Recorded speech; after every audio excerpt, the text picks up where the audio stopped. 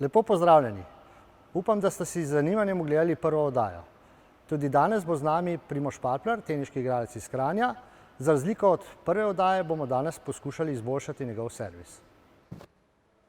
Primož, pred 14 dnevi sva izboljšala tvoj forehand. Danes se bova lotila servisa. Kaj pri servisu ti dela težave? Največja težava je kontrola smeri servisa in pa nizek odstotek prvih servisov.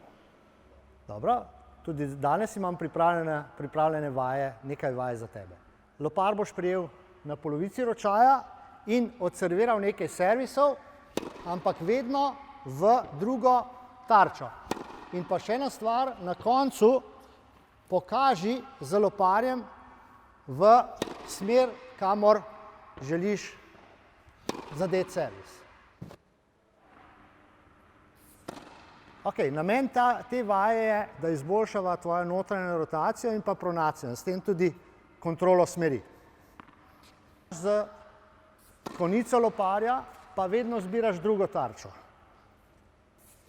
Tako, odlično. Dobro, pa gre zdaj rdečo desno. Odlično. Dobro, Primož, tukaj se je kontrola smeri izboljšala. Zdaj bova naredila drugo, ki bo zelo podobna, ampak ne boš prijel na sredini, ampak na koncu. In pa poleg servisa bova dodala še en udarec, še en forehand. Servis. In še en forehand. Tako. Ok, že in še en forehand. Ok, kar umakni se in gremo, prenos. Glej, da preneseš težo naprej. Super. Ja, dobro. Kar še.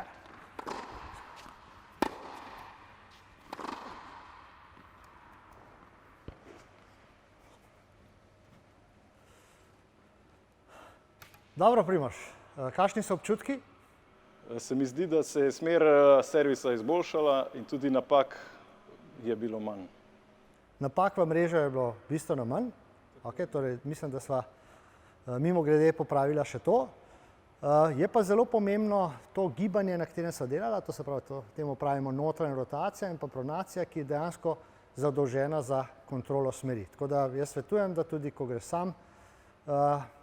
sam igrati, da na začetku narediš nekaj teh vaj za polovico loparja in s tem v bistvu delaš na tistem gibanju, ki je najbolj pomembno pri servisu.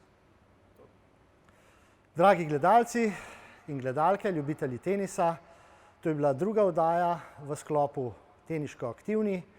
Vidimo se čez 14 dni, kjer bomo obiskali enega od slovenskih teniških klubov. Hvala in lep pozdrav.